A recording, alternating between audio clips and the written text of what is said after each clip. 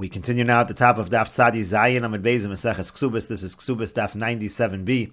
On the previous Amud, the Mishnah had said that according to the Tanna Kama, anytime you have a situation of an almana selling the property of her late husband, whether it was a situation of an almana from Nisuin, or even if it was a situation of an almana mina erisin, and from erisin there's no mizonos, there's no need desperately to collect the money right now because it's not for sustenance, it's just for the ksuba, but even there she can sell not in Bezdin. Rabbi Shimon made a distinction. Rabbi Shimon said if it's a situation of Nisuin where she's selling for mizonos, so there's an immediate need. So then we say she could sell even not in Bezdin. But if it's a situation of erisin according to Rabbi Shimon, so then she should only sell in Bezdin because there's no pressing need for the money because she's only selling for the ksuba. And so the Gemara now says, according to the Tanna Kama, Elamino erisin my time. By the situation of erisin, why does the Tanna Kama say that she can sell the property without Bezdin? There's no rush over here. She doesn't need mizonos. So why is she able to sell even not in Bezdin? And the Gemara has a machlokas amoraim.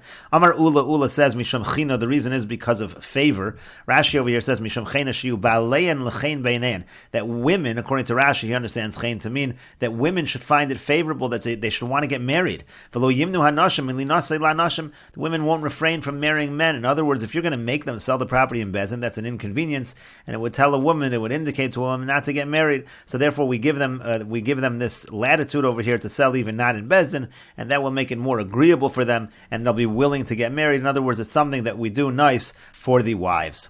And the Gemara continues. Rabbi Yochanan says, "Lefisha ein adam rotza shetizbaza ishto bebezdin." It's very simple. A person doesn't want his wife to be disgraced and embarrassed by having to go through the bezdin process, and therefore that's what the late husband would want, that she could sell the property even not in bezdin.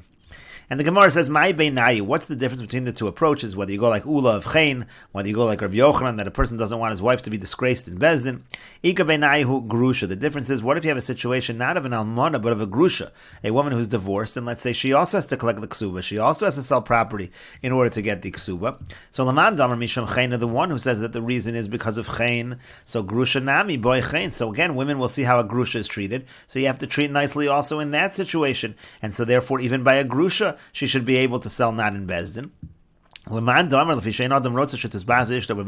the one who says that a husband doesn't want his wife to be disgraced in Bezdin, but grusha lo ichbas by a grusha, if he divorced her already, he doesn't care if she's disgraced in Bezdin, and therefore this halacha would not apply, and she would have to go through the Bezdin process. And the Gemara continues, Tanan, we learned in the Mishnah, Ugrusha lo timchor ela bebezdin. It says that a grusha only sells in Bezdin. And so the Gemara says, Bishlam alamanda amar lefisha ein adam rotza shetispaze ishto bebezdin. I understand according to the one who says that a husband doesn't want his wife to be embarrassed in Bezdin. I understand according to Rabbi Yochanan. So grusha lo ichbis. So again, by a grusha, he doesn't care if she's disgraced in Bezdin. And that's why the Mishnah says that by a grusha, she's got to go through the Bezdin process. Elo lamanda amar misham china. But according to the one who says that it's a in order that women should find it favorable to get married. So grusha nami boy chen. So by grusha also we would need to treat the women in this respect, and so therefore in that case this should not be the case. It should not be like this Mishnah if that were the case, and rather we should say that a grusha also would not have to go through the Bezdin process. So how do we explain this Mishnah according to Ula, who says that the reason is chen? And the Gemara answers, Hamani Rabbi Shimon, very simple. We could say that this Mishnah is actually following the opinion of Rabbi Shimon. Because again, according to Rabbi Shimon, the halacha is that any time you have a situation where you're not doing it for mizonos, and a grusha is not collecting mizonos, so anytime you have a situation where she's not collecting mizonos, according to Rabbi Shimon, she has to go through the Bezdin process.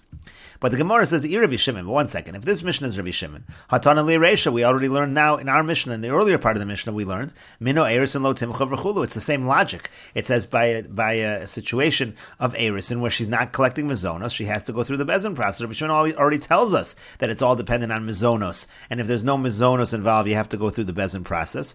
So why does Rabbi Shimon have to say the same halacha twice? And the Gemara answers, Ma'u detema almona mino erisin, hu delo nafish chen dida. No, you might have thought like this.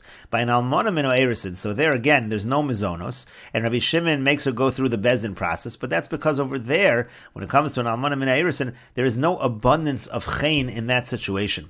Rashi over here says, Delo nafish chen dida means, shalo haisel achibas bia. She's never had an act of relations with this particular husband. V'lo yera be'inei hanashim et hutcher chuzu. If you're going to have this woman, and you're going to say she has to go through through Bezin, women in general are not going to look at that and say, oh, this is a terrible thing over here that she has to go through this process. Now we don't want to get married. Because this woman really, she hasn't really gone through the marriage process even. She hasn't even had the chibas bia, the feeling of the act of relations, the love of the act of relations. And so therefore, in that situation, by an almonim and erusin, it's not going to cause a problem in terms of chen. And that's why you would have thought grusha was different. Aval grusha de nafish chen dida. But when it comes to a grusha where there is a great amount of chen, meaning to say that is an actual risk, that if you're going to force a grusha to go through the bezin process, again, there's no mizonos by a grusha, so you'll say, oh, Rabbi Shimon does the bezin, but no, there's an issue of chen there. So eimo tiboy chen, I would say maybe there is going to be an issue of chen, as Rashi says, eimo tiboy chen va'afilu Rabbi Shimon. Maybe even according to Rabbi Shimon, you have to have the situation where you don't make her go through the bezin process. So that's why we might have made that distinction. But the Gemara says, one second, Hanami Tanina, but that also, grusha, even that issue, because maybe you'll think grusha is different because there's a requirement of chen, but that's also really in the Mishnah. Because what did the Mishnah say? The Mishnah said, Kol she'ein la mizonos, it says any situation where there's no mizonos. So that seems to include other situations besides an almonim and erusin. La suye mai, what's that coming to include? Lav la suye grusha, isn't that including grusha? We're saying any situation, according to Rabbi Shimon, it all depends on mizonos. If she's not collecting mizonos, then she has to go through the bezin process. And so the Gemara says to that, no, it could be that it's including something else. Lo, no. La suye migureshes ve'ena migureshes kid Rabbi Zera. It could be to include, and Rashi will explain this, but it could be to include somebody who's divorced, but not divorced. The Amar Rabbi Zera, because Rabbi Zera says, Kol makom she'amru migureshes ve'ena migureshes, ba'al chai b'mizonos. Anytime you have a situation where the woman is divorced, but not divorced, there actually is a chi of mizonos. Rashi over here says, Megureshes ve'ena megureshes u'minha erusin. We're talking about actually a situation from erusin. So she's divorced from erusin. Now, it's not that this extra line in the Mishnah is teaching us that in such a situation where she's sort of divorced from erusin, that she has to go through the bezin process. That we already know. We already know that in a situation where it's only from erusin, so in that case, there's no mizonos involved, so we understand that she has to sell in the bezin process. There's another chiddush coming from the Mishnah, Rashi says. And what we're really teaching is as follows, with this extra line in the Mishnah, that any time you have a situation of no mizonos, you have to sell in bezin. So what we're really teaching is, the megureshes ve'ena megureshes could go in zark lagita safek karav law, safek karav law b'rishas ram. Let's say you have a woman who's a safek. We don't know if she's divorced, because he threw her the get. We don't know if it's closer to her, closer to him in rishas ram. You don't know if it's a good get.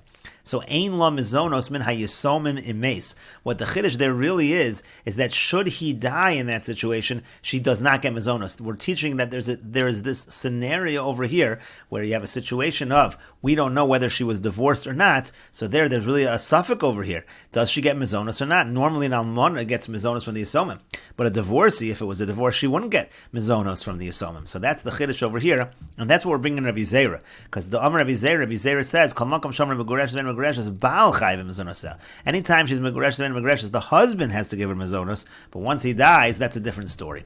Rashi over here says, Rabbi Zera damar baal chayv mizonos b'chayev. While he's alive, he gives her mizonos. V'yashminan masisin de davka b'chayev, and that's only true while he's alive. Mishum demukheves b'shvilo lihinase, because in a situation where she may or may not be divorced and he's alive, she can't remarry. She's stuck with him. Avaliyachar misa, but once he dies, so there already, there's no mizonos because she can go remarry. The deal magerish and have, because maybe it really was a divorce. The ain la mizonos, she's not entitled to mizonos. We're not going to take money from the orphans out of a doubt. So that's the real chiddush of the Mishnah. The real chiddush of the Mishnah is, by a megureshes, ve'ena megureshes, and then the husband dies, there is no mizonos. And of course, again, we know when there's no mizonos, that she has to go through the bezin property, but the bezin process when she's selling property, that we understand if she's selling, because there's no mizonos involved, but we're teaching you this is another situation where there is no mizonos. And the Gemara continues, Tashma, come in here, the following proof, Kashem shemocheres shelo bebezin, kach yorsheho yorshek subasa, mochrem shelo bebezin. So it says over here that just like she's able to sell not in bezin, again, as we said before, she can sometimes sell not in bezin because you have a situation, whatever the situation is, either it's because of mizonos, or if it's not because of mizonos, it's the reasons we gave, because the husband doesn't want his wife to be disgraced in bezin, or it's because of the reason of chen. But it says over here, just like she can sell not in bezin, so too the people who are inheriting, those who are inheriting her ksuba, can sell not in bezin. And so the Gemara now says, I understand. Let's say you're following the mandamar that says the reason that she, according to the Tanakama, the reason she's allowed to sell not in Bezdin is because a person doesn't want his wife to be disgraced in Bezdin. So just like he doesn't want her to be embarrassed and disgraced, he doesn't want the Yarshim either, that they should be disgraced. It would make sense to extend the halacha to her Yarshim if that were the logic. But according to the one who says that the reason for this halacha and that we're saying she doesn't have to go through the bezin process is to generate chen, to generate favor. So Yorshem, my cheinika, what's the chen by Yorshim, by inheritors? That doesn't make sense. What is the Brisa saying over here that we extend this halacha to the Yorshim? It doesn't really work. And the Gemara answers, Tirgama Ula, so Ula answers, Kagon Shirashta Bito Achosa. Could be what the Brisa means is, let's say she's inherited by her daughter or by her sister. So in that situation, there is a concern. A person doesn't necessarily want, they do have to go ahead and get married. Rashi over here says, my chaynika first, it's men. So if it's men, what's the issue of chayn? The whole issue of chayn is that the women should find favor and they should want to get married. And the answer is, let's say you have a situation where her daughter or her sister are the ones that are inheriting her. So then, those are women. And we don't want to prevent them from wanting to get married. So we don't want them to have to go through this whole disgraceful process, because then again, they will learn from that it is a bad idea to get married. And the Gemara continues with the Mishnah, Machar Ksubasa, let's say you have a woman who sells her Ksuba, or Miksasa, or even she sells part of her Ksuba, or Mashkana Ksubasa, or Miksasa, or let's say she mortgages off her ksuba or even part of her ksuba, or nasna ksubasa la'acher, let's say she just gives her ksuba to somebody else, or miksasa, or gives part of it. Halach is lo timchar es hashar, then already if she's selling property, she can't sell the rest, ela bebezin. Then already she has to sell, and she has to do it through the bezin, she has to go through the process of the court. Rashi over here says, lo timchar es hashar, she has to do it in bezdin. Rabbi Shimon ka'amar la, this is actually Rabbi Shimon's shita again, if she's not collecting mizonos, so then she has to sell in bezdin. The only time you could sell not in bezin is when you're doing it from mizonos. And here the key halacha is, the halacha is, if a woman already collected part of it, ein la mizonos, the halacha she doesn't have mizonos. That's the idea of machar ksubasa, o miksasa. She already sold part of it. She essentially collected part of her ksuba, whatever the case was. So in such a situation, the halacha is once she's begun the process of collecting the ksuba, she's no longer entitled to mizonos. And that's what the Gemara is going to say, that this follows the opinion of Rabbi Shimon. But the Chachamim say she could sell even 4 or 5 times, and then she could sell for the purpose of mizonos, not in bezdin. And she can write when she sells lemizonos macharti, I sold for mizonos. Ugrusha lo timkor elo bebezdin. But when it comes to a grusha, when it comes to a divorcee, so a divorcee is only allowed to sell in bezdin, because again a grusha does not get mizonos, and that's the part of the Mishnah that we quoted earlier in the Gemara. And Rashi says, she could sell partially. And even though she sold some of it, she can in the interim she can sell not in bezin for mizonos. And she should write in the shtar mechira, this I sold for mizonos. Because again, it's good advice. We mentioned this earlier, that it's good advice for her to note exactly what she's selling for. But a divorcee, like we said, can only sell in bezin. There's various opinions about this. According to one man damer, the reason is because he doesn't want her to be embarrassed, and if that's the reason, so he doesn't care by a divorcee if she's embarrassed. That's why a grusha has to do it in bezin. That would go according to everybody. Now, according to the one who says that it's because of chen, because of the fact that we want to generate favor, so if that's the case, a grusha should not have to go through the process. No, so we can always say this is Rabbi Shimon, like we said earlier, this is Rabbi Shimon, that by a grusha, since she's not doing it from mizonos, so automatically she has to go through the bezdin process. And the Gemara says, Masnis and Moni. So who is the author of our Mishnah? Rabbi Shimon, the author of our Mishnah is Rabbi Shimon. This is what Rashi quoted before. Rashi said this is Rabbi Shimon, who says that in the situation where she already collected part of it, there is no mizonos. The Tanis we learned in a Braisa, Machar Ksubasa, Mashkana Ksubasa, Asa Ksubasa, Apotiki. Let's say she sold her Ksuba, let's say she used her Ksuba, she mortgaged off her Ksuba, let's say she made her Ksuba into an Apotiki, which means she designated to pay off a debt, La'acher to somebody else. So again, she's used the Ksuba, Ein La Mizonos. mizonos. So in such a situation, there is no more mizonos. Rabbi Shimon says, even if she didn't do the whole ksuba, she didn't sell the whole ksuba, she didn't mortgage the whole ksuba, she just did half of it, meaning just partial, like we said in the Mishnah, of the mizonos. At this point in time, she has lost her mizonos. And the Gemara says, Lemeimer, does this mean to say, the Rabbi Shimon Savar, the law Amrinan mixas kesef kechol kesef? The Rabbi Shimon is saying, we don't say that partial is like the entire thing, meaning when she only sold off part of it, she's still collecting some of it, she's still collecting part of it. So maybe it should be like she's still collecting the entire thing. Rashi over here says, Lo Amrinan mixas kesef moar habesula sheyesh la dayin aleim hareo kakulo. The partial that's still owed is like the whole thing. V'yitin la mizonos. Maybe she should still get the mizonos. Rabbi Shimon says, no, we don't say that. If she sold off part of it, that's it. There's no more mizonos. Rabbanan Savri, and according to this, we're saying that the Rabbanan hold, Rabbanan Savri, Amrinan mixes kesef kechol kesef. The Rabbanan hold, no, even partial is considered like the whole thing, and so she's owed part of the ksuba, so therefore she hasn't collected the whole thing, so there still is mizonos. But the Gemara asks on that, we've actually seen the exact opposite in terms of Rabbi Shimon versus the Rabbanan. The Tanya, because we learned in a brayso of V'hu isha b'vsuleh, talks about the fact that a Kohen Gadol has to marry a basula, he has to marry a virgin. So prat lebogeres, so he has to marry a basula and not a bogeres. A bogeres is a woman who reaches adulthood. Shekalu basuleha divri Reb Meir, because a bogeres, so already the hymen, she doesn't have the full basulim, so therefore she's not a full basula, it's only partial. And Rabbi Meir says if it's partial, it's not considered like a basula. Partial is not considered like the whole thing.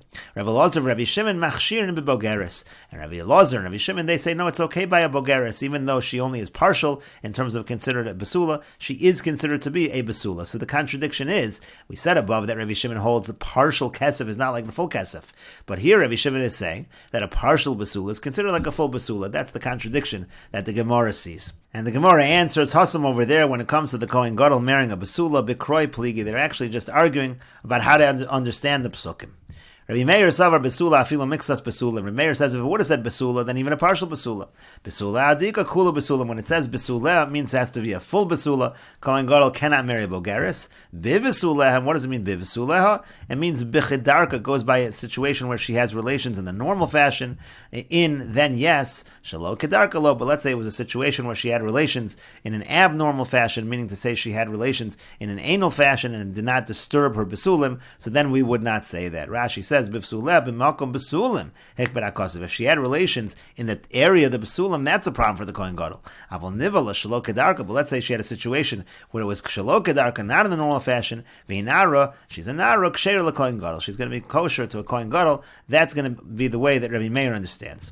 Rabbi Elazar, Rabbi Shimon Savri, and Rabbi Elazar, Rabbi Shimon, they understand. They hold that the psukim mean to say basula shleiva mashma. If it only said basula, have to be a full basula. Basula afilu mixas basulim. And when it says basula, so then it means to say even mixas basulim. And of course, in the next Amud, biv sulah is going to allow a bogeres according to Rabbi Shimon, according to Rabbi Elazar and Rabbi Shimon. We'll continue with this discussion in the next video on Daf Tzadi Ches Amud Aleph.